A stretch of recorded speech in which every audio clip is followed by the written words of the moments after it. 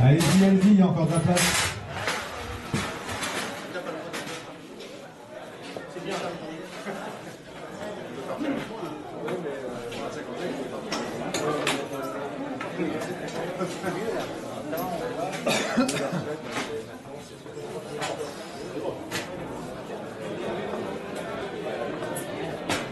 Il y en a d'autres des bouteilles d'eau là? Des bouteilles d'eau ici? Non, il n'y a plus ça. Bon, c'est pas l'eau qui manque ici quoi. Je sais pas où elle est. En bas, t'as l'aquarium non? On est que je vais remplir ça.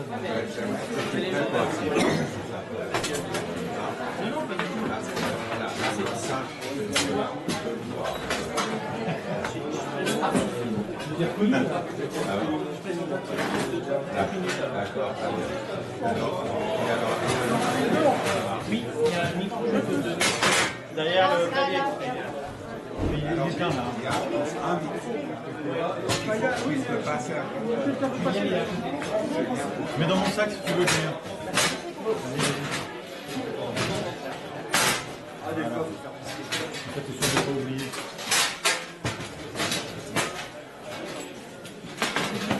Bon, là, je le sens.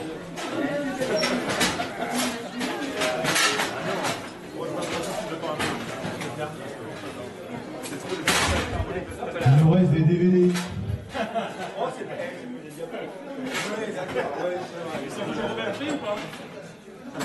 Toujours au même prix. Pour l'instant, notre camarade, il n'a pas de caméra vidéo étanche encore. Hein. Il a une tablette avec un feutre. C'est mieux qu'une ardoise avec une craie. Avec un trou dedans.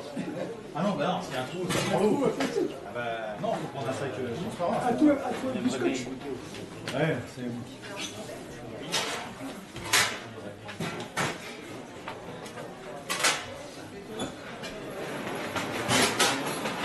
Il y a Patrick qu'on fait...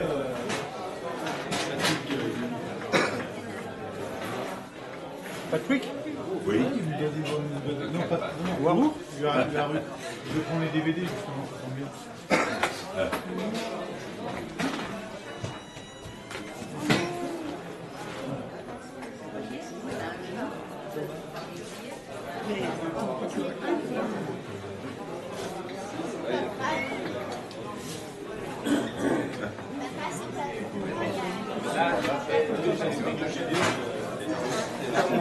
Premier rang, c'est bien, c'est un peu ça.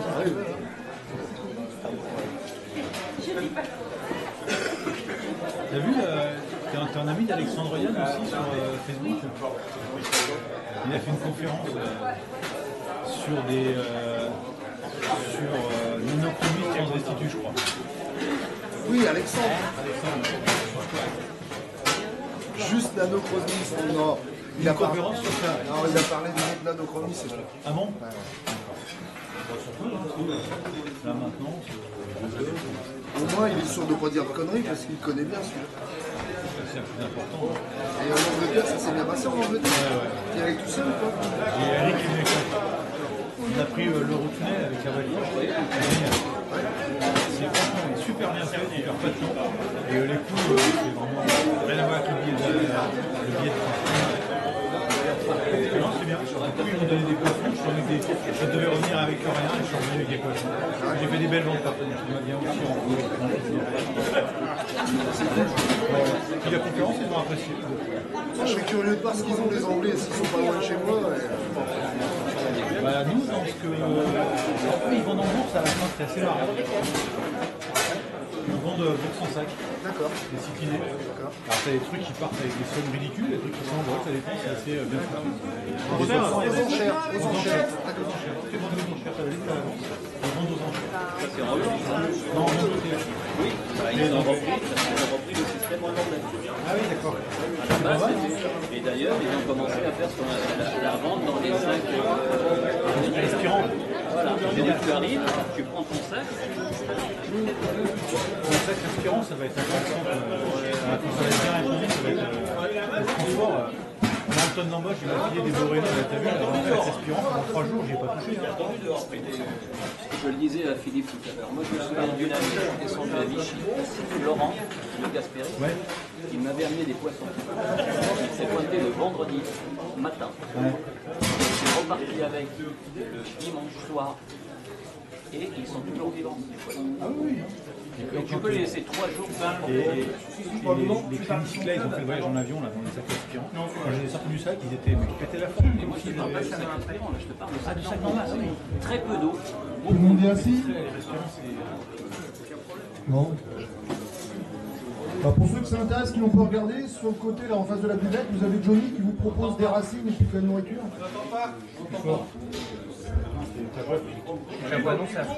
Ah bon, c'est moi? C'est mieux là? Donc en face de la buvette, vous avez Johnny qui est venu avec un stock de racines, de la nourriture sèche et du congelé. Très bon produit, je vous les conseille. Des paillettes aussi, puis végétales, sortir de sec. Pardon, Ouais, moi j'ai la voix qui porte. tout le monde est là. Les derniers s'installent. Ah, ils sont où hein? Alors par rapport à ce que je disais ce matin à propos du congrès, pour vous rassurer, c'est pas ici. Parce que 300-350 personnes, on leur dit Non, c'est dans le club en fait. Alors, ça sera sur la commune de Saint-Marcel à côté. On va suivre les flèches. De toute façon, j'ai noté les noms de tout le monde. On a testé l'hôtel, il est bien. Ouais. Ouais, très bien l'hôtel. Très bien. En pleine verdure. Ils ont mis des aquariums dans les chambres. On attaque. C'est parti, Gabriel. Je dis deux petits mots sur le club. Donc, tout le monde a pu visiter un peu le club. Il y en a qui ont On en a rien à foutre d'ailleurs. Toi, tu es autorisé à rentrer, mais qu'avec des croissants. Donc, bah voilà, on a nos installations. Ça fait une quinzaine d'années qu'on est là. Avant, on avait des tout petits locaux, on avait 45 mètres carrés à 500 mètres d'ici. Ouais. Et on essaye de faire vivre ça, c'est pas toujours facile.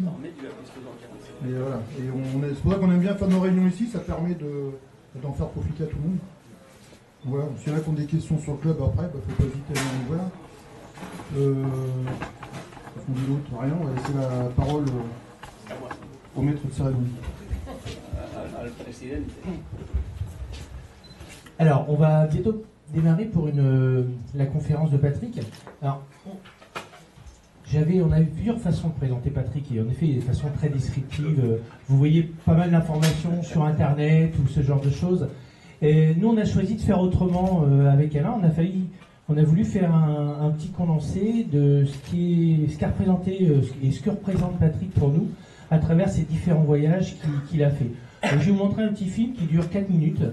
Je vais vous demander de ne pas faire trop de bruit parce que le son est pas toujours terrible. Donc ça va nous replonger au Guatemala en 88 ou 89, ça va nous replonger un peu partout. Donc 5 minutes de film et après je passerai la main à Patrick.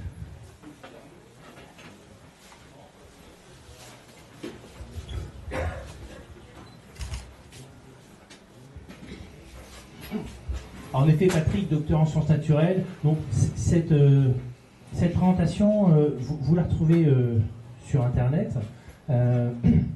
Donc Patrick a fait son enfance en Angleterre. Il a fait une vingtaine d'années, il a été licencié en biologie. Et je vous ai passé les détails parce qu'en effet, ça vous le retrouverez. Voilà, ça c'est Patrick pour nous. Toujours le sourire.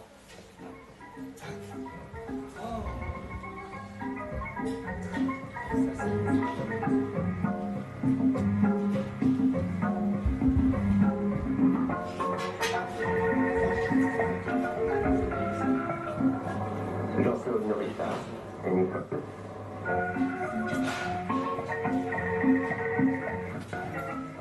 Elle est toujours souriante, Patrick de Rame, vous présente leurs nouvelles aventures au Guatemala.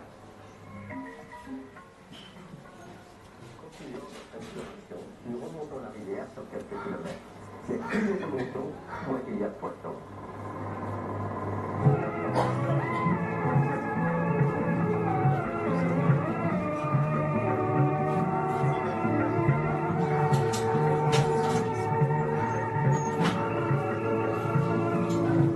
Patrick nous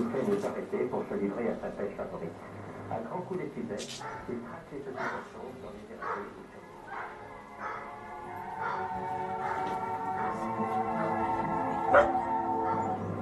Patrick est en train de réparer son épuisette, qu'il a une nouvelle fois éventré dans les manches.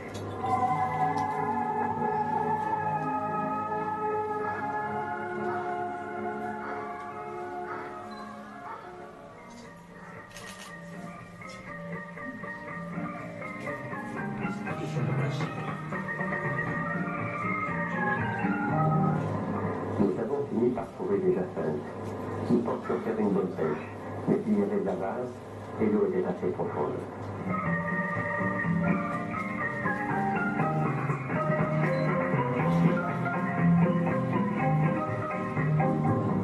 On encercle un lot de jacinthe, on referme le filet et on évacue toutes les plantes. Puis, elles sont spécialement grandes et lourdes ici.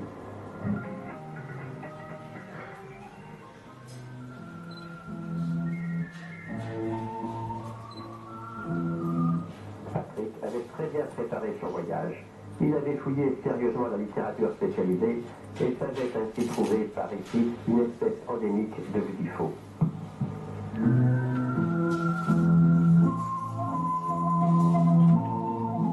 Il a donc longtemps battu ce petit ruisseau à grands coups d'épuisette, jusqu'au moment où, miracle, il en a attrapé une vingtaine d'un coup.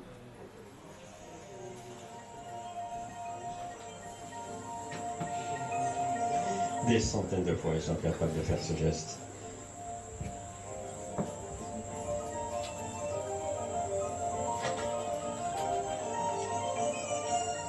On trouve de tout, des caracidés, des gymnotes aussi. Dans les eaux de Panama, il y a beaucoup de poissons. Déjà, l'influence de l'Amérique du Sud se fait sentir.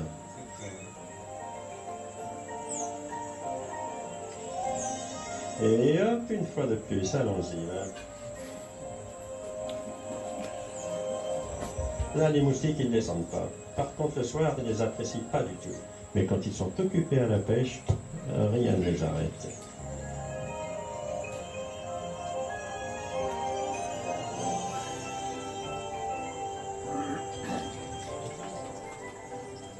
C'est quand même un bonheur de les voir aussi passionnés. Ces animaux sont curieux. Ils se déplacent avec une extrême lenteur dans les arbres.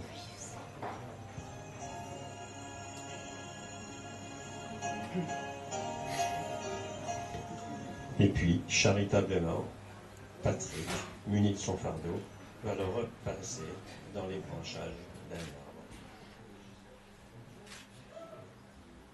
arbre. Et voilà, donc pour la petite présentation de Patrick, alors tous ces films-là sont sur le site de l'AFC, là vous avez eu quelques extraits. Donc là je vais passer la main à Patrick et à Julien.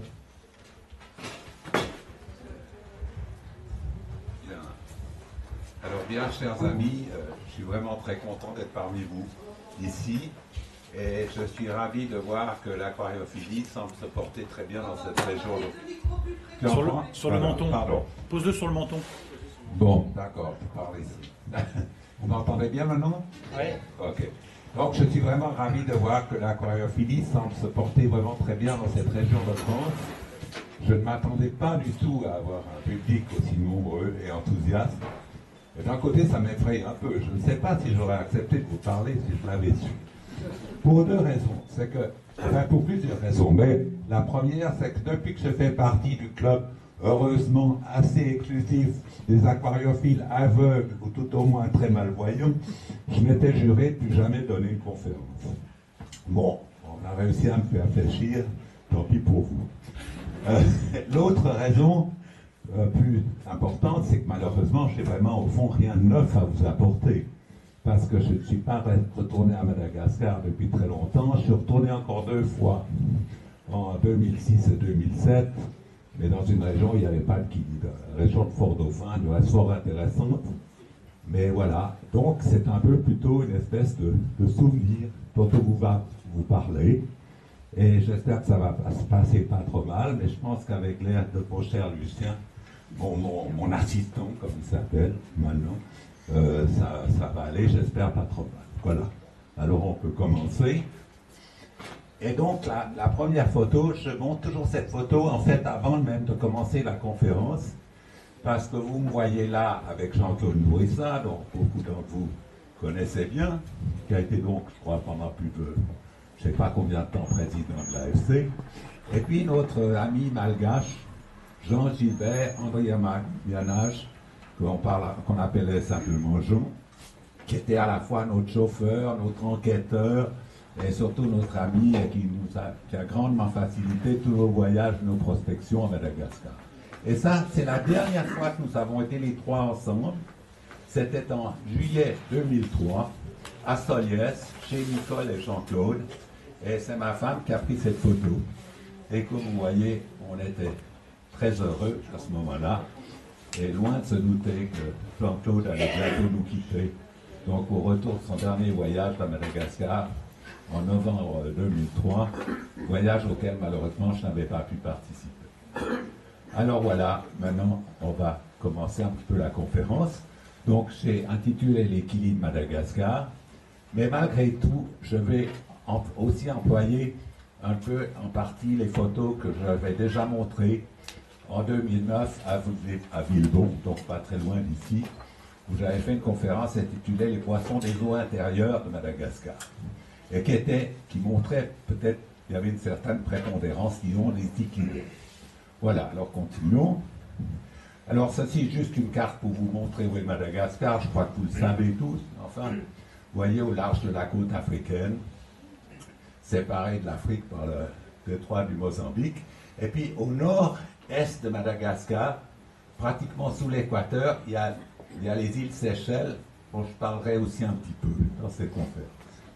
Voilà, vas-y. Alors l'île de Madagascar, qui a un peu la forme d'une empreinte, disons, de pied gauche pointant vers le nord.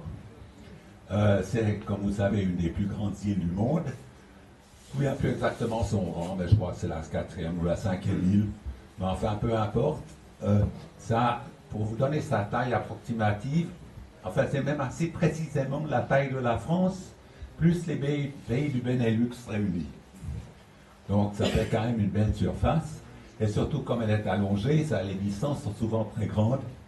Et les routes, souvent, enfin, étaient, disons, souvent pas bonnes. Donc, ça prenait pas mal de temps de se déplacer d'un boîte à l'autre. Je n'entends rien. Pardon, ça va pas? Toujours pas? Baissez le micro. Oui, oui, bon. Voilà. Alors, oui, là, c'est pour montrer la position, et puis aussi, je crois, des îles Seychelles, assez loin. Bon, je crois qu'on peut passer ça. Voilà, ça, c'est deux cartes, où une, on voit un peu le réseau hydrographique de Madagascar. Comme vous voyez, donc, il y a une ligne des partages des eaux entre les deux versants. Et en général, donc, les fleuves qui coulent vers l'ouest sont beaucoup plus longs que ceux qui coulent vers l'est. Cependant, ceux qui coulent vers l'est ont l'avantage de recevoir en général des pluies plus abondantes et souvent d'avoir plus d'eau. Parce que sur l'est, influencé par les alizés, l'est va recevoir les pluies aussi apportées par ces vents et aussi les pluies, par contre, de la saison tranquille où il y a justement les ouragans, en fait, et les cyclones. Et donc, il y a des quantités souvent faramineuses d'eau qui arrivent sur cette côte est. Et puis, par contre, sur la côte ouest, on a plutôt un régime de mousson avec des saisons sèches bien accentuées. Le pays est même subaride dans le sud-ouest, la partie sud de Madagascar. Par contre, il y a une petite zone humide autour du Sambirano, là près de l'île de Nosibé. Voilà.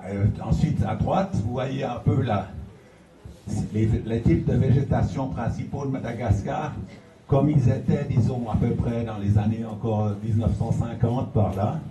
Et ce que vous voyez en fait, c'est que la partie la plus noire là, ça représente les forêts tropicales humides. Et comme vous voyez, ces forêts tropicales humides ne couvrent qu'une très petite partie en fait de Madagascar. Et les forêts tropicales humides les plus importantes, c'est dans la péninsule là, de Machoual, au nord de la baie d'Antongil. Mais sinon, c'était plutôt une longue bande le long de la côte est. Et puis en fait, elle est assez différente suivant l'altitude. Le reste de Madagascar n'était pas vraiment couvert. Enfin, il y avait des forêts claires, sèches sur l'ouest, dans certaines régions, mais il y avait depuis très longtemps de très grandes régions steppiques. Et cette idée que Madagascar était autrefois couverte toute forêt, que c'est très récemment qu'elle a été déboisée, n'est pas exact. En fait, il y a des régions de Madagascar qui sont sans forêt depuis très très longtemps, des millénaires certainement. Et ce qui est quand même paradoxal, c'est que l'immense majorité de la biodiversité de Madagascar se trouve dans les zones humides. Donc en fait, la plupart des animaux et des plantes de Madagascar sont justement dans cette forêt tropicale humide et aussi dans les forêts sèches de l'ouest. Bon, passons. Bien, alors, Madagascar, en fait, on a dit que c'était un petit continent, micro-continent. Alors ça, c'est une chose, mais ce qui est important de savoir, c'est que c'est en effet une île continentale, c'est-à-dire qu'elle dérive d'une fragmentation de continents, et donc avec l'Inde, elle a été en fait à un certain moment, elle faisait partie du grand continent du sud du Gondwana, et vous voyez comment les choses étaient plus ou moins imbriquées dans ce continent du sud, et Madagascar était là-bas, et quand ce continent s'est défait par la dérive des continents tectoniques, Madagascar s'est trouvé dans un premier temps isolé. On peut, je pense, continuer un petit peu plus loin. Ah non, bon, c'était là. Elle s'est trouvée isolée avec l'Inde pendant quelque temps, avec la partie péninsulaire de l'Inde. Et elle est restée soudée avec l'Inde assez longtemps. Et puis ensuite, il y a eu une fracture finale. On peut dire que Madagascar est probablement plus ou moins resté sur place. Et l'Inde, par contre, a continué à dériver assez rapidement, géologiquement, pour aller se collisionner avec l'Asie, ce qui a provoqué l'Himalaya, et ce qui a encore provoqué très récemment le fameux tremblement de terre qu'on a eu au Népal, parce qu'en fait, l'Inde continue à pousser dans l'Asie, et c'est ça qui provoque ces problèmes. Donc, voilà. Alors, maintenant, je crois que j'ai écrit là isolement, si je me souviens bien, parce que c'est le fait principal, disons, de la biodiversité malgache, ça résulte de son isolement de l'île depuis fort longtemps. En fait, il y a, si vous voulez, deux raisons. Quand les espèces malgaches, au fond, elles peuvent avoir deux origines principales. Soit leurs ancêtres, au moins, étaient déjà sur ce qu'est le territoire de Madagascar, avant que Madagascar se sépare de l'Afrique puis de l'Inde, et donc sont restés sur place et ont dû évidemment évoluer parce qu'elles étaient isolées, soit elles descendent de pionniers, de quelques individus qui, par une chance formidable, ont réussi à franchir les barrières océaniques et à débarquer sur Madagascar, où en trouvant des niches écologiques souvent vides, elles ont pu s'y diversifier. Et c'est ce qui va expliquer un peu les problèmes. Alors, quand les premiers navigateurs naturalistes ont passé au large des côtes de Madagascar ou ont débarqué, certains ont été très frappés par l'étrangeté des plantes et des animaux malgaches.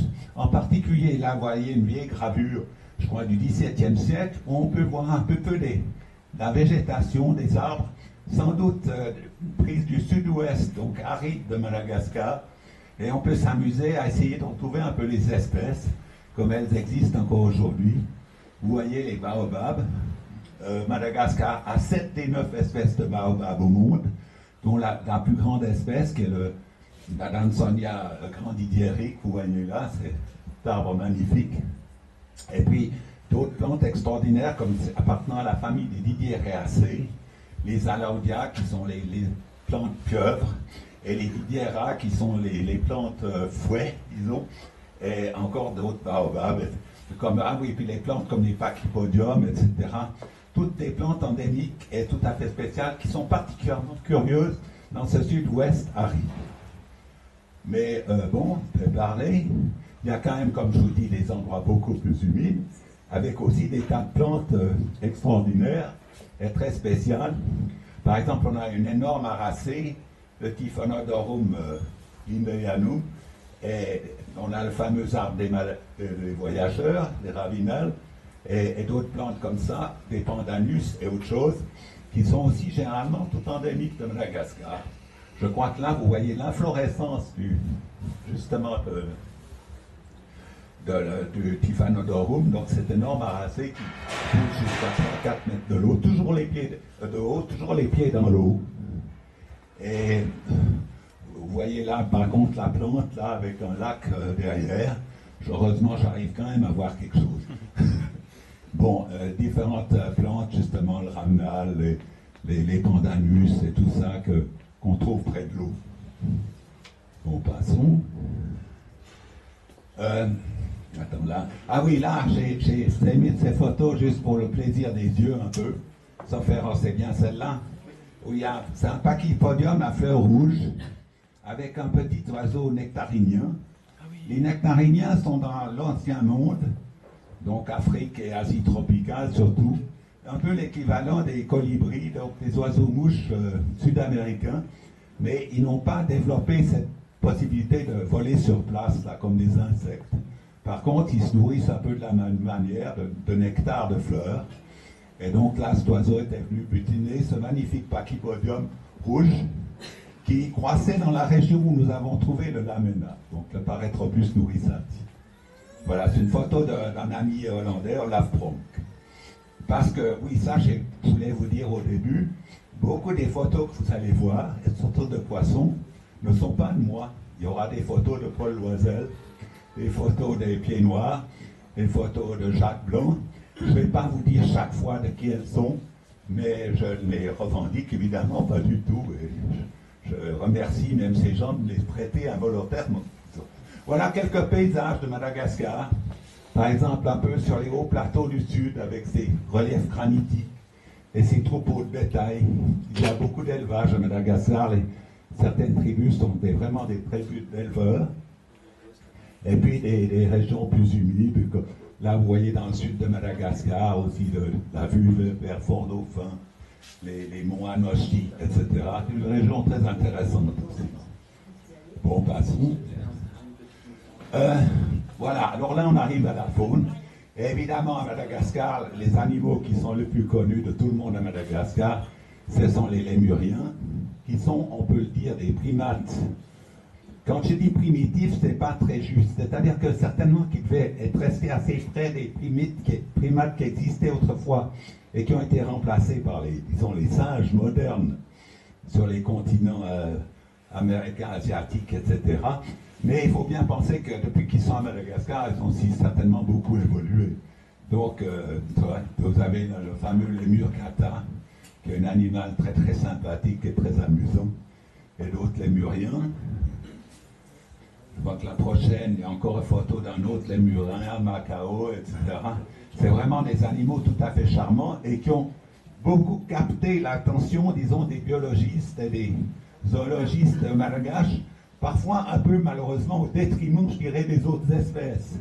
Parce que, par exemple, comme le rappelait Paul Loisel dans la dernière réunion de l'AFC, congrès de l'AFC, si on dit que les lémuriens sont très en danger, et c'est certainement vrai à cause des déforestations, depuis qu'on connaît les espèces de lémuriens, on les a découvertes, et on en a encore découvertes il n'y a pas récemment, on n'en a pas perdu une seule. Elles sont encore toutes là. Tandis que les poissons, par contre, il y a plusieurs espèces qui ont disparu, et même des espèces que Jean-Claude Nourrissien et moi avons découvert, et qui semble-t-il n'existent plus maintenant. Donc en quelques dizaines d'années, ils ont disparu. Bien. Alors, il y a certains groupes, comme j'ai expliqué, d'animaux qui sont arrivés à Madagascar, qui, probablement parce qu'ils n'ont pas trouvé beaucoup de compétiteurs, ont eu des espèces de radiations explosives. Et c'est le cas, par exemple, des caméléons. Il y a des caméléons à Madagascar, en Afrique, peut-être une espèce ou deux au Proche-Orient, ou je ne sais pas où. Mais la moitié des espèces de caméléons au monde sont à Madagascar. Alors, je vais vous envoyer quelques-unes là, très variées. Ça va du grand caméléon Johnsoni, qui atteint quand même une taille de presque 60 cm avec la queue, jusqu'aux tout petits brocosia qui sont minuscules, des doigts. Et, bon, attends, là, oui, ça c'est aussi un animal sympathique, vous connaissez probablement tous. C'est donc les geckos diurnes verts du genre Phelsuma. C'est à peu près les seuls geckos au monde qui soient diurnes et qui sont ces magnifiques couleurs. et qui sont très appréciés de certaines personnes qui les gardent et qui les élèvent maintenant. Celui qui a été à gauche, je l'ai pris dans une forêt sur l'île de Nossi-Boeil. Voilà. Bon, attends, là, je ne sais plus très bien ce que je vois. Pardon? Alors oui, encore des reptiles. Bon, il y a les crocodiles, qui semble-t-il appartiennent à la même espèce que le crocodile du Nil, donc le crocodile africain. Il y a des gens qui disent qu'il y aurait peut-être une espèce particulière de crocodile quand même à Madagascar, devenue rare.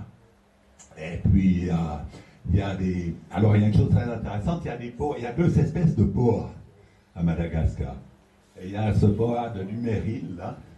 Et vous savez que les boas, sans ça, c'est des animaux essentiellement sud-américains, avec une espèce au Fidji aussi. Mais il n'y a absolument pas de boa en Afrique, ni en Inde, etc. Et pourquoi il y a deux boas à Madagascar? Allez l'expliquer. Il y a dû y avoir une liaison quand même avec l'Amérique du Sud à certains moments. Il y a du reste, ce n'est pas le seul animal comme ça. Vous avez cette tortue, je crois, là en haut à droite. C'est une Aerocolis qui est très rapprochée des Podocnemis amazoniennes et de choses. Elle est même mise dans la même famille. Enfin, il y a d'autres choses comme ça étranges. Qu'est-ce qu'il y avait là en bas? Pardon, je ne me souviens plus très bien. Quoi? Les tortues. Ah oui, il y a évidemment la fameuse tortue radiata. Et puis l'autre tortue encore beaucoup plus rare, qui est l'Inifora, qui a presque disparu. C'est vraiment la tortue la plus rare du monde, à peu près, et qu'on essaye beaucoup de sauver maintenant. Voilà. Bon. Alors, il y a aussi un groupe qui est très intéressant et très joli, je dirais, à Madagascar, c'est les petites grenouilles, notamment appartenant à la famille des Mantellidés, avec le genre Mantella, qui est souvent très très coloré et qui fait penser un peu aux dendrobates américains tropicaux. On a cru pendant longtemps qu'ils étaient voisins, mais il paraît que non. Il paraît que c'est plutôt une convergence, disons, d'aspects. Mais certainement, elles ont aussi un peu la même tendance à être, disons, vénéneuses, etc. Et donc, marquer cette venin par ces couleurs très vives. Il y a aussi des grenouilles du genre Bophis, que vous voyez là, c'est les deux plus grosses qu'on avait trouvées dans le nord-est de Madagascar. Bon. Enfin, il y a évidemment un monde d'insectes incroyables à Madagascar, dont un énorme saturnidé, cet énorme papillon qui est un des plus grands papillons du monde, et d'autres insectes très étranges. Alors c'est un monde tellement immense, les insectes de Madagascar, que je ne vais même pas l'effleurer. Mais je monte jusqu'à 20. Puis alors très intéressant, et aussi encore, je pense, très peu connu, c'est les crustacés d'eau douce. Il y a pas mal d'espèces de crevettes, comme ce grand macrobrachium que vous voyez en haut, et d'autres espèces, des crabes d'eau douce, et d'autres animaux du même genre, qui sont encore très peu connus. Il y a en tout cas 6 espèces endémiques d'écrevisses, de vraies écrevisses à Madagascar, dont certaines sont, j'ai pu voir, assez colorées. Heureusement, je n'ai pas de photos là-dessus. Et donc là aussi, dans les crustacés, il y aurait, je suis sûr, encore énormément à faire au point de vue espèces. Bon. Alors là, peut-être que vous trouvez ça un peu choquant de montrer des gens après les animaux comme ça, mais en fait, les Malgaches sont ethnologiquement extraordinairement, un peuple extraordinairement intéressant, parce qu'en fait, beaucoup de Malgaches semblent être venus d'Asie, d'Indonésie, disons de Malaisie, etc. Ce qui a été absolument frappant pour moi, c'est que beaucoup de paroles malgaches sont exactement ou pratiquement exactement les mêmes qu'en malais ou en indonésien. Hein, vous avez des choses, par exemple les couleurs, c'est Mena c'est rouge et c'est Mera en malais, c'est tout comme ça. Il y a la pierre, c'est Batu et Batu. C'est extraordinaire comme ces langues indonésiennes, malgaches, je dirais polynésiennes, sont restées encore vivantes jusqu'à ce jour-ci à Madagascar et n'ont presque pas changé. Alors qu'évidemment qu'il y a eu aussi des apports africains, et les Malgaches sont un peu un mélange donc d'asiatique et de l'africain. Et suivant les régions de Madagascar, le sang, disons, africain va prédominer, ou le sang probablement indonésien va prédominer, comme sur les hauts plateaux. Vous avez des gens qui sont plutôt noirs, plutôt la peau un peu olivâtre et les cheveux tout à fait lisses. Tandis que dans d'autres gens, c'est plutôt noir avec les cheveux crépus, etc. Donc il y a aussi extraordinairement intéressant, et on ne sait pas trop beaucoup de choses de l'histoire malgache. Il semble que même avant ces gens-là, il y a eu un peuple un peu comme des Boshiman, tous à Madagascar. Mais en tout cas, ce qu'on sait, c'est qu'il n'y avait pas d'hommes sur Madagascar avant il y a 2000 ans. Donc la faune, en grande partie, et la flore a évolué sans influence de l'homme, et aussi à l'abri d'animaux importants comme les bovidés, les éléphants, les choses comme ça. Il y avait par contre un petit hippopotame malgache qui s'est éteint un peu avec l'arrivée de l'homme. Et c'est intéressant qu'il y ait eu un hippopotame parce que c'est le seul animal de ce type qu'il avait réussi à aller sur Madagascar. Et évidemment, comme vous savez, les hippopotames nagent bien. Donc je pense qu'avec le crocodile, ils sont arrivés sur l'île en nageant. Mais sans ça, on peut dire que tous les autres mammifères de Madagascar sont totalement endémiques et remontent à des souches beaucoup plus anciennes. Voilà, passons. Bon, alors, donc là, je crois, peut-être Julien, je ne sais pas si c'est nécessaire de lire, mais je crois, sauf erreur, que j'ai donné les 3 principales caractéristiques disons, de la biodiversité malgache. Hein, c'est que, donc, il y a un très très haut taux d'endémisme. On pense que plus de 80% des espèces vivantes à Madagascar et qui n'ont pas été introduites, bien sûr, par l'homme récemment, sont endémiques, c'est-à-dire ne se retrouvent nulle part ailleurs au monde. Attendez, qu'est-ce qu'il y avait encore? Que ces espèces, si vous voulez, il y a des grandes lacunes parmi ces espèces, c'est-à-dire qu'il y a des grands groupes qui vont manquer. Comme je vous ai dit, il n'y a pas de bovidés, il n'y a pas d'antilope, il n'y a pas d'éléphants, il y a les félins, il n'y a pas de vrais félins, il y a une espèce de mustélidé qui a pris sa place, mais il y a d'énormes lacunes dans la faune malgache qui sont parfois un peu compensées par des radiations d'espèces dans certains groupes. Alors, parmi les poissons, on va voir un petit peu plus en détail plus loin. Et là, je parle donc des poissons, je crois, sauf erreur. Et je dis que les poissons obéissent à peu près à ces mêmes règles que j'ai dit plus bas, c'est-à-dire qu'il y a un haut taux d'endémisme. Je crois que là, j'ai marqué qu'il y en avait plus de 40% qui étaient endémiques, mais en vérité, je suis persuadé que maintenant, on est plutôt dans les 60 ou les 70%, parce que depuis que j'ai écrit ça, on a découvert encore beaucoup d'espèces. Et alors, on peut diviser ces poissons malgaches suivant des critères, disons, éthologiques ou biologiques, ou biogéographiques, etc. Alors, par exemple, critères éthologiques, c'est qu'il y a des espèces qui sont, si vous voulez, totalement d'eau douce, et d'autres qui sont un peu d'eau saumâtre, ou qui ont une partie de leur vie dans l'eau saumâtre, et qui sont. Il y a des espèces qu'on pense. Alors, il y a des espèces qu'on dira donc endémiques, malgaches, on les trouve nulle part ailleurs qu'à Madagascar, et d'autres espèces qu'on a appelées périphériques. Ça, c'est Mélanie Siasny, je crois, qui a trouvé le nom. C'est-à-dire que c'est des espèces qu'on va retrouver dans d'autres pays bordant l'océan Indien et Pacifique occidental. C'est-à-dire que c'est des espèces qui peuvent pénétrer en eau douce, mais qui sont quand même liées à la mer. Il y a un certain nombre de govidés, etc. Et certaines espèces vivent à l'état adulte, toujours dans l'eau douce, mais quand même, doivent pouvoir se disperser à travers les mers. Alors, pour ce qui est des espèces vraiment d'eau douce et vraiment, disons, continentales, il y a une grande controverse entre spécialistes de l'évolution. Si vous voulez, il y a des ichthyologistes, etc., qui disent que tous les poissons de Madagascar ont dû traverser les mers à un certain moment pour aborder l'île. Et qu'ils sont après adaptés à l'eau douce, et certains peuvent même plus vivre en eau de mer, bien sûr, mais que quand même, leurs ancêtres ont dû toujours traverser la mer.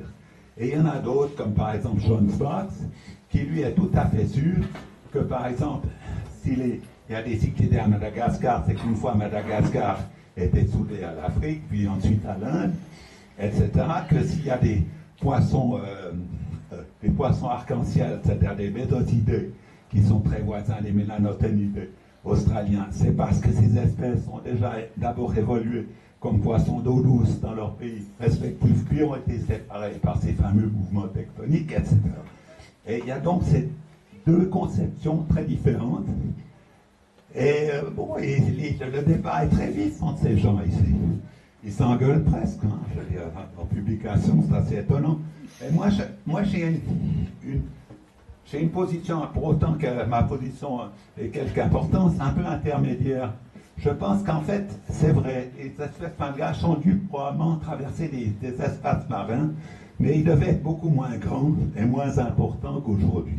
Je veux en donner un exemple avec les cyclidés, c'est très neutre.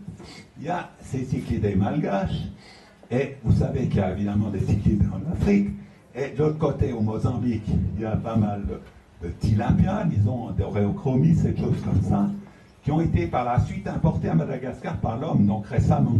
Et une fois qu'ils ont été importés à Madagascar, ils se sont répandus comme à toute vitesse, et actuellement, ces espèces africaines, la biomasse des eaux douces de Madagascar, elle doit faire au moins 90% de la biomasse à Madagascar. Donc elles peuvent très bien y vivre. Mais le canal du Mozambique a été une barrière assez efficace pour qu'elles ne puissent pas y parvenir. Donc, comment sont parmi les autres espèces avant? C'est difficile à savoir, mais il y a aussi l'autre grand groupe des cyclidés malgaches qui sont les étropinés, donc du genre Parétropus, qui sont toute évidence très voisins des étropus du sud de l'Inde et du Sri Lanka. Et moi, je suis persuadé que ces familles de poissons ont une origine commune et qu'ils ont dû naître au moment où Madagascar et l'Inde n'étaient pas très séparés. Peut-être qu'ils sont même nés dans la fosse qui a dû exister entre l'Inde et Madagascar, quand les deux continents commençaient à se séparer. C'est peut-être là qu'ils sont apparus et qu'ils sont certainement sortis de la mer. Mais tout ça est très mystérieux et de nouveau c'est compliqué parce qu'on a l'impression que les poissons sont pas assez anciens, si vous voulez, pour s'accorder aux faits géologiques. Enfin bon, tout ça, je pense que ça va, on va en apprendre encore plus dans l'année. En tout cas, c'est une chose passionnante et qui, moi, m'intéresse beaucoup. Et j'espère que j'apprendrai encore quelque chose là-dessus avant ma mort. Voilà. Maçon. Alors oui, ça c'est juste pour montrer. Ben, vous l'avez vu tout à l'heure dans le petit film, alors je ne vais pas vous infliger ça trop longtemps. Alors il y avait des choses assez amusantes, c'était surtout pour les cyclidés. On allait souvent sur les marchés et où ils vendaient des poissons généralement fumés et séchés, et on essayait quand même de distinguer parmi ces poissons les espèces indigènes. Une fois qu'on trouvait une espèce indigène, on demandait à la vendeuse ou au vendeur d'où il les avait. Généralement, il les recevait d'un grossiste. Il fallait essayer de trouver ce grossiste. Puis ce type savait plus ou moins de quelle région il venait. Puis finalement, avec beaucoup de chance, parfois on arrivait même jusqu'aux pêcheurs. Et puis on cherchait ces poissons. Évidemment, pour les kilis, c'est différent parce que les kilis, personne en principe s'intéresse beaucoup. Bien quand ils étaient en grand nombre, ils les mangeaient. Bon. Là, attends, là, Julien, je suis un peu perdu. Ah oui, je pêche à l'épuisette. Oui, pardon. Alors voilà, vous voyez ça, comme c'était, justement pour attraper les kilis, ben, c'était comme ça, quoi. Les bédosias aussi. Les cyclidés, c'était très rare que puissent les attraper à l'épuisette. C'est quand même arrivé quelquefois. Pardon? Les espèces introduites. Alors, malheureusement, comme je viens de vous le dire, actuellement, si vous allez à Madagascar, ben, vous allez trouver surtout des tilapias, des choses comme ça. Donc, une masse de poissons introduites. Là, je vous ai donné quelques exemples. Enfin, je vous ai donné à peu près la liste des espèces, plus ou moins, qui ont été introduites, au moment qu'il en manque quelques-unes. Et je vais ici, parce que ces espèces, parfois, entrent en compétition avec les espèces malgaches. Dans le cas des cyclidés, je pense que ce n'est pas tellement le cas. Je pense qu'en vérité, les cyclidés malgaches disparaissent beaucoup à cause de la pression de pêche. Et les tilapinés, si vous voulez, d'africaines, sont plus résistantes à cette pression de pêche. Et quand tous les malgaches ont évidemment pratiquement disparu parce qu'ils ont été exterminés jusqu'au dernier pendant la saison sèche, eh bien, les tilapinés, eux, réussissent quand même à survivre et à rebâtir leur population. Par contre, pour pour les Pachypanchax, donc pour les Kili, je pense que le principal danger à Madagascar, je crois qu'on va les voir, voilà, ici, c'est ces 3 espèces. Donc, la gambusie, Gambusia affinis, qui a été introduite partout parce que, soi-disant, c'est le seul poisson qui veut manger des larves de moustiques, évidemment complètement ridicule. Les Pachypanchax mangeaient aussi bien les larves de moustiques que les gambusies.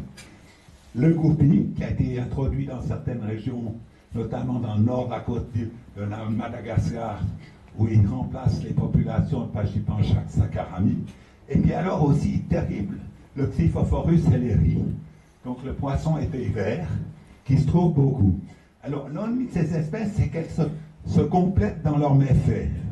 Parce que les gambusies vont vivre dans les parties basses, les lacs, les marais, les parties relativement côtières, ou enfin de basse altitude, où il n'y a pas de courant. Tandis que le xipho, lui, il adore l'eau courante. Ça fait que les Pachypanchax des régions basses sont éliminés par les gambusies, et dans les eaux courantes sont éliminés par les Xiphophorus, et aussi parfois par le goupi, comme j'ai dit. Donc les malheureuses espèces malgaches de Kili n'ont aucun endroit où se réfugier si ces poissons sont introduits.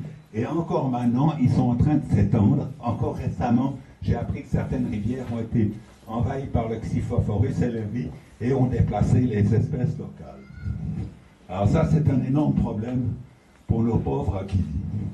Voilà. Alors, les poissons indigènes. Comme je vous ai dit, il y a 2 groupes. Et les poissons donc indigènes endémiques et les poissons dits périphériques qu'on retrouve plus ou moins dans toutes les régions côtières de l'Indo-Pacifique. Mais en fait, souvent, on n'est pas très sûr si les représentants malgaches appartiennent vraiment à ces mêmes espèces. Par exemple, il y a l'espèce qu'on a gobidée de Lothoglobus curis, qui a été décrit du Bengale en Inde. Et il y en a à Madagascar, mais comme me disait Maurice Cottelin, est-ce qu'on a vraiment regardé si c'est vraiment les mêmes? On n'en sait rien. Mais enfin, en gros, c'était comme ça. Il y a par contre toutes ces espèces endémiques, alors ça c'est absolument sûr, on les retrouve nulle part ailleurs. Et ces espèces endémiques sont généralement dans l'eau douce, mais elles peuvent aussi vivre parfois dans les eaux saumâtres. C'est pour ça que je n'ai pas voulu parler des poissons d'eau douce de Madagascar, mais bien des poissons des eaux intérieures. Voilà, allons plus loin. Alors là, j'ai un exemple tout à fait de ces espèces périphériques. C'est le Coulia rupestris. En fait, j'espère que je ne suis pas trompé parce qu'il y a une espèce très voisine sauvagéi qui est bel et bien endémique de Madagascar. Mais enfin, le Coulia rupestris, vous allez le trouver en Indonésie, par exemple, même j'en ai vu en Nouvelle-Calédonie, j'ai vu ailleurs. C'est un poisson qui, à l'état adulte, vit généralement en eau douce, et même dans généralement des eaux bien courantes, bien claires, et du reste, les colons à Madagascar l'appelaient souvent la truite malgache. Évidemment, ça n'a rien à voir. Vous voyez bien que ce poisson d'eau de mer avec deux nageoires dorsales, etc. Et certainement qu'à l'état jeune, il doit avoir un stade marin. Mais adulte, semble-t-il, il est presque toujours en eau douce. Donc ça, c'est un bel exemple d'espèce périphérique. Donc indigène, pas endémique. Voilà. Et puis, donc, là, attends, qu'est-ce qu'il y a d'autre?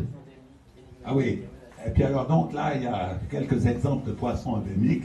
Il y a le Parathropus maculatus sur la gauche, il y a justement un Pachypanchax en bas, et puis un Bédocidé, un Bédotia.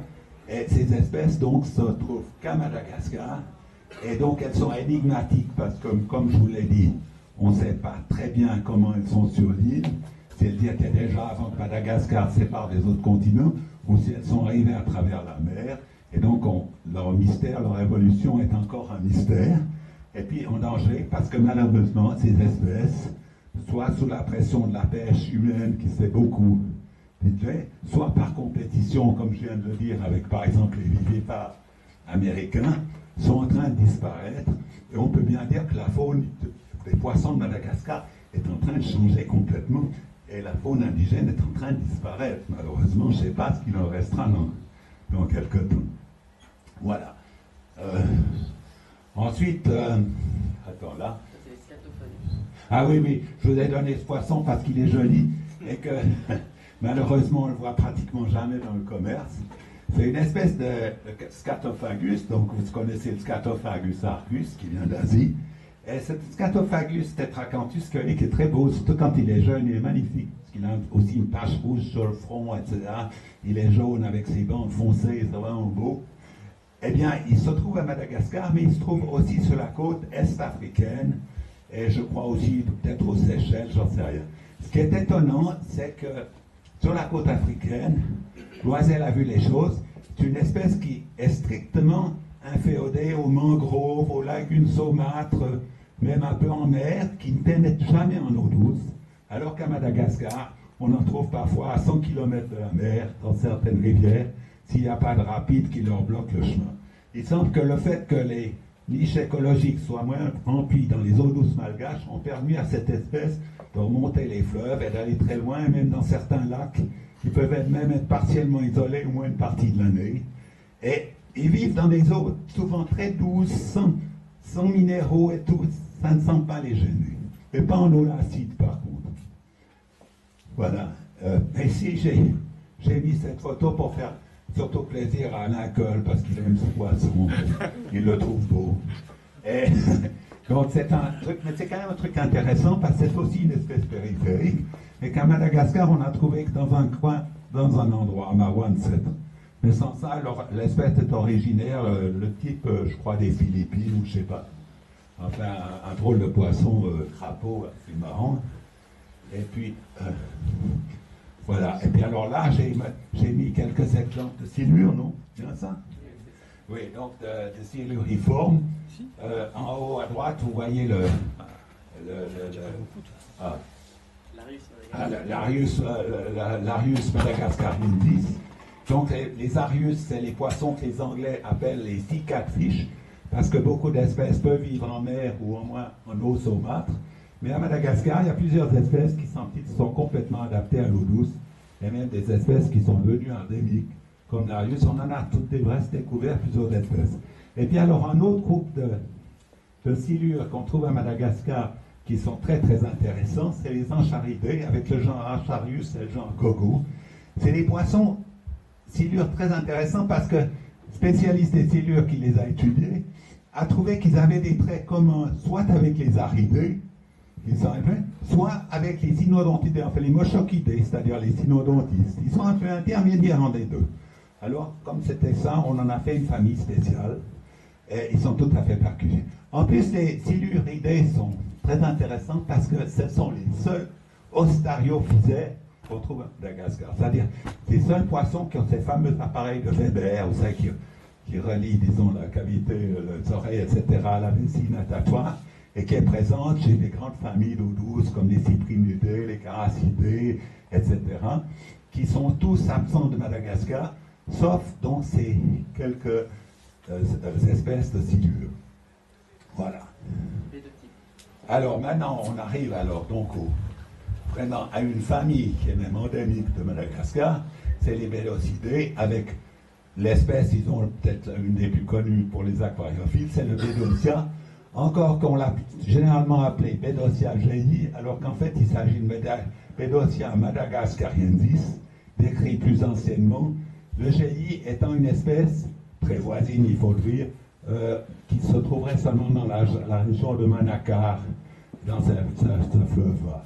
Mais on pensait qu'il y avait que très peu d'espèces de Bédotia et de Bédocidés, et en fait, on est en train d'en découvrir de très nombreuses, et peut-être qu'une fois, ce groupe pourra rivaliser en diversité avec les cyclidés. Il y a donc deux genres, Bédotia et le genre Héroclès, et peut-être qu'on créera même d'autres genres plus tard. Bon, vas-y. Bon, pardon?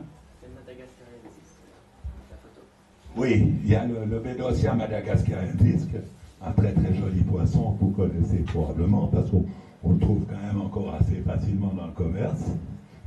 Et puis il y a d'autres espèces beaucoup plus confidentielles. Et puis il y a surtout les espèces du genre Réoclès, dont le pauvre petit Réoclès dorami, que j'ai eu la chance de découvrir, mais qui semble-t-il est éteint maintenant, vous voyez, en très peu d'années. Parce que la principale rivière où il vivait a été complètement asséchée à cause d'un travaux hydrauliques pour arroser des rizières. En saison sèche, il n'y a pas plus d'eau que là par terre. Et l'autre petit affluent qui coulait a passé par des périodes de sécheresse très dures. Et maintenant, il y a des gens qui ont fait des recherches pour essayer de le retrouver, ils ne le retrouvent pas. C'est dommage parce qu'on aurait fait un poisson d'aquarium parfait, très joli, beaucoup plus joli, par exemple, le Telma terrina, la Digelsi, auquel il ressemble un petit peu. Bon, passons. Alors, les cyclidés, donc c'était un peu le sujet principal de ma conférence d'avant, mais ici je ne vais pas trop m'étendre. Je rappelle simplement qu'il y a deux groupes de cyclidés très importants, enfin, même sous-famille de cyclidés à Madagascar, les ptytochrominés, avec les gens Ptychochromis et probablement Paratilapia, etc. Ce sont des cyclidés qu'il est très facile de reconnaître parce qu'ils ont seulement 3 épines à la nageoire anale, tous. Et si vous voulez, quoi qu'on en dise, même s'ils sont très différents des espèces africaines, ils ont quand même l'air de cyclidés, vraiment. Et puis, il y a les étropinés, qui eux sont un groupe de cyclidés vraiment, si on tord, on pense que ce soit des cyclidés, vraiment très différents des cyclidés. Ils ont certains traits qui rappellent certaines espèces marines, certaines familles marines, comme les Pomacentridae. Ils ont les nageoires dorsales qui peuvent un peu se mettre dans les gaines. Ils ont d'autres caractères anatomiques dont je ne me rappelle pas maintenant, mais qui sont très particuliers. Et en fait, on pense qu'ils ne sont pas forcément si anciens que ça. Mais parce qu'ils ont même des caractères très évolués. Mais en fait, leur existence donc, sur les côtes de l'Inde, au Sri Lanka et à Madagascar, est quand même très intéressante et mystérieuse. Et c'est parmi les cyclidés vraiment les plus intéressants de Madagascar. Voilà, je vous ai montré juste quelques photos de donc, ces principaux types. Un Ptychochromis à gauche en haut, un Paratilapia, probablement spécié Sandapa à droite, qui est une OFL, et puis deux Paretropus en bas, donc le fameux Lamena, Paretropus nubrisaki, qu'on a eu la chance de découvrir en 91-92, et puis ce que je considère un des plus beaux cyclidés de Madagascar, que malheureusement on a perdu, c'est le Paretropus marumantia, qu'on a un peu considéré comme le discus de Madagascar, qui est vraiment superbe et qui est un poisson estuarien. Ce que je veux dire encore vite des Paratilapia, c'est que vous avez tous entendu du Paratilapia polleni, mais il semble que Paratilapia polleni est une espèce restreinte à une petite région du nord-ouest de Madagascar et à l'île de Nosy-Be, et qu'il y aurait environ encore 12 espèces distinctes de Paratilapia à Madagascar. Donc, qui seraient des bonnes espèces. Si on ajoute ces 12 espèces de Paratilapia aux 27 ou 28 espèces de cyclidés déjà connues de Madagascar, et recensé avec certitude, vous voyez qu'on n'arrive pas loin de 40 espèces de cyclidés à Madagascar maintenant. Quand nous avons commencé nos recherches avec Jean-Claude, on n'en reconnaissait que 9. Et avec Paul Loisel, il dit, ça ne serait pas finalement étonnant qu'on arrive à près de 50 espèces de cyclidés malgaches à Madagascar, parce qu'il y a certainement encore des formes, disons, non décrites. Voilà. Bon. Là, mon petit blabla sur les kilis, je crois. Hein?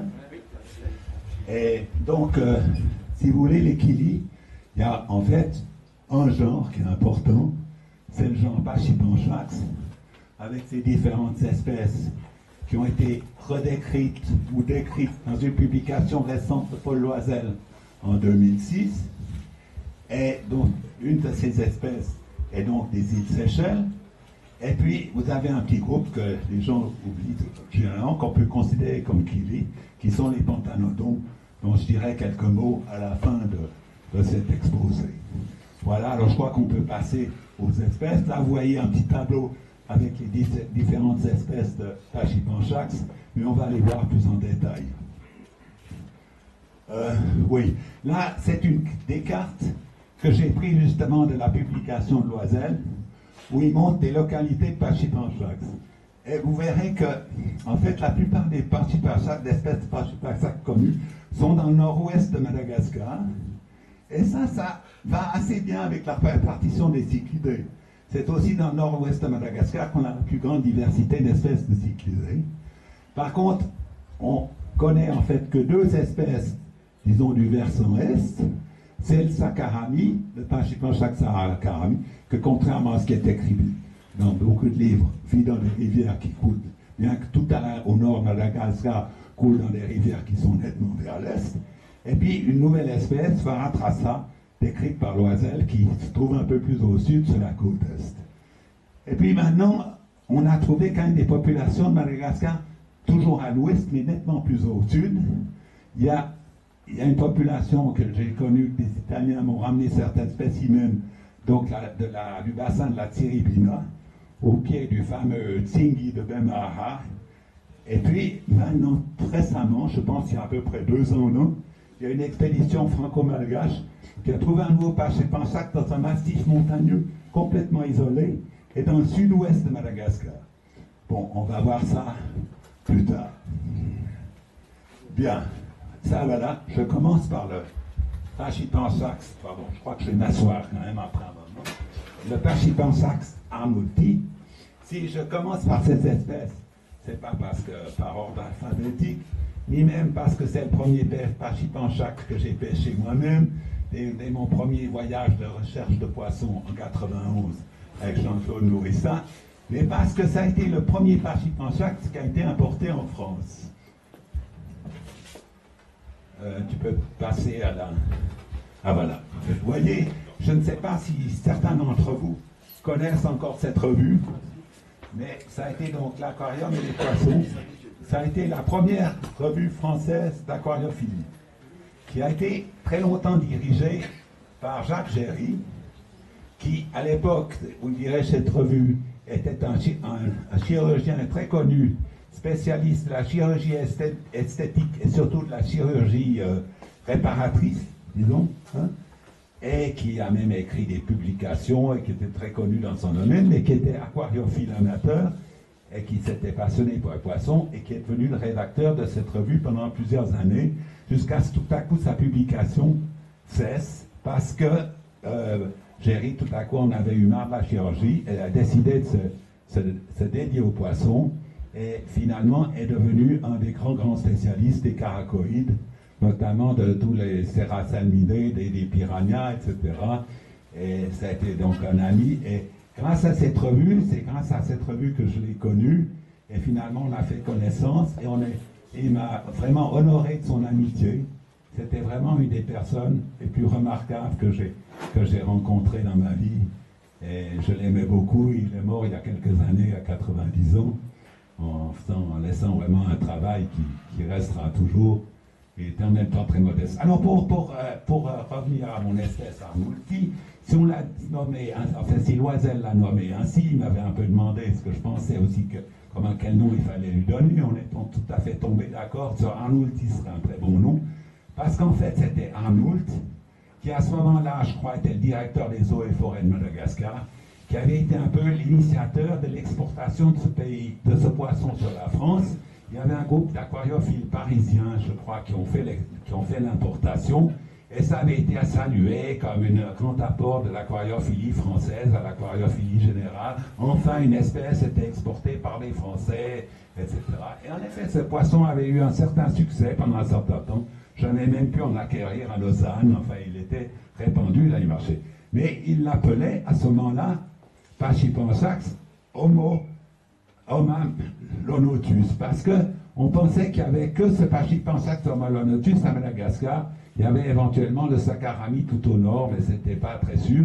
Et donc on pensait que tous les autres étaient des homalonotus, ce qui était, évidemment n'était pas le cas. Et vous voyez même que homalonotus est écrit avec un H, alors que maintenant